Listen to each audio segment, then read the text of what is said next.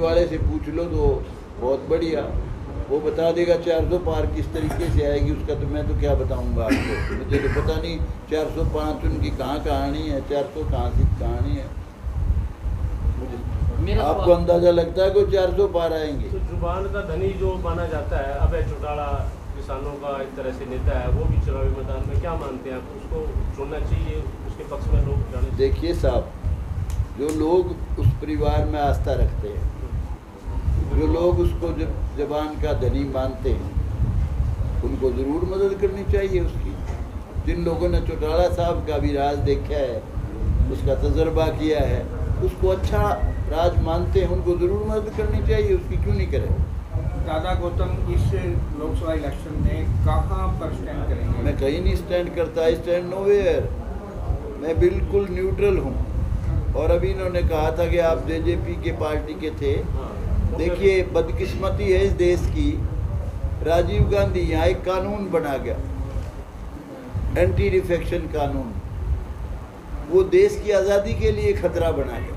लल्लू पंजू आदमी पार्टी बना के 5-7 एवं इकट्ठे कर लिए, इक्का दुक्का बढ़िया भी रड़ गया, वो बेचारा पिस जाता है। तो उसके पास ऑप्शन रहती हैं, एक ऑप्शन है वो इस्तीफा दे दे, एमएलए सीट से देना पड़ेगा, और दूसरी ऑप्शन ये है कि वो चुपचाप बैठे रहे। तो मेरी तो एमएलए बनने के बाद एक बार बातचीत हुई उससे,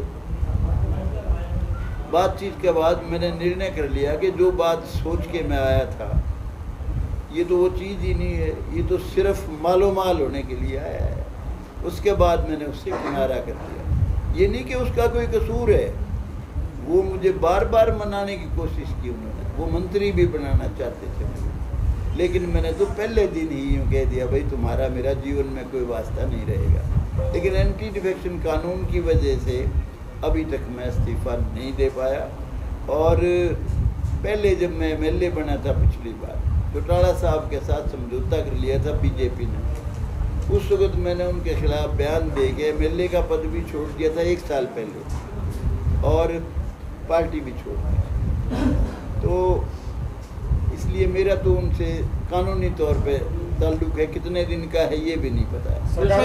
प्रेस कॉन्फ्रेंस करके कहते हैं कि जब जेलर का एंटर चलेगा तो सब विधायक लाइन में खड़े आएंगे, 10 के 10 नजर रखेंगे।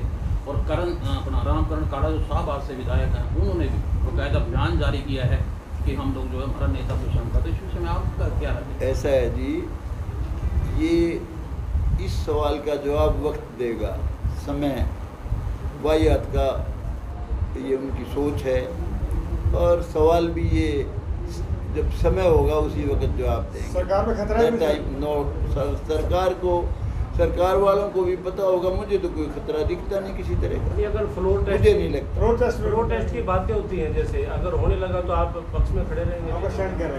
मैं आपको एक हरफ में बता दूं, सरकार को बाढ़ का भी खतरा नहीं, ये इससे फालतू क्या बताऊं। जेजेपी के 6 विधायक साथ है जी, मुझे नहीं पता कौन साथ है कौन नहीं, लगता कि सरकार को कोई खतरा है। ऐसे पीछे करके ये 10 एमएलए के बन गए, तो अब लोकसभा में भी कुछ ना कुछ कर देंगे, ये जिस तरह से इकट्ठे करके आप कह रहे हैं, दोबारा चल जाएगा इनका जादू जेजेपी? आप सारे जानते हो कितना जादू चलेगा। आपने ज्यादा पता, भाई काट की अंडी कई बार चढ़ेगी, कितनी बार चढ़ेगी? खट्टर साहब का विरोध है। मैं ज्यादा कुछ बोलना नहीं चाहता। हाँ जी, खट्टर साहब दूसरे नंबर पे जा रहे हैं करनाल में जी, हो सका तीसरे में भी चले जाए जी चुनाव इसमें, क्या कहना है जी? वो तो आप ज़्यादा बता सकते हो, आप ज़्यादा बता सकते हो, मुझे क्या पता। आपका आस पड़ोसी तो हो आप लोग, आपको ज़्यादा पता होगा। आप 2 नंबर पे हैं, 3 नंबर पे है, 1 नंबर पे है। खट्टर साहब ने जो कुछ कर रखा उसका, वो जो आदमी बोता है वो काटता है। अब उन्हें अच्छा बोया तो बढ़िया काटेंगे, माड़ा बोया है तो कम काटेंगे। तो चीफ मिनिस्टर जो बदला बीजेपी ने, इसका फायदा मिलेगा पार्टी को? 200% मिलेगा।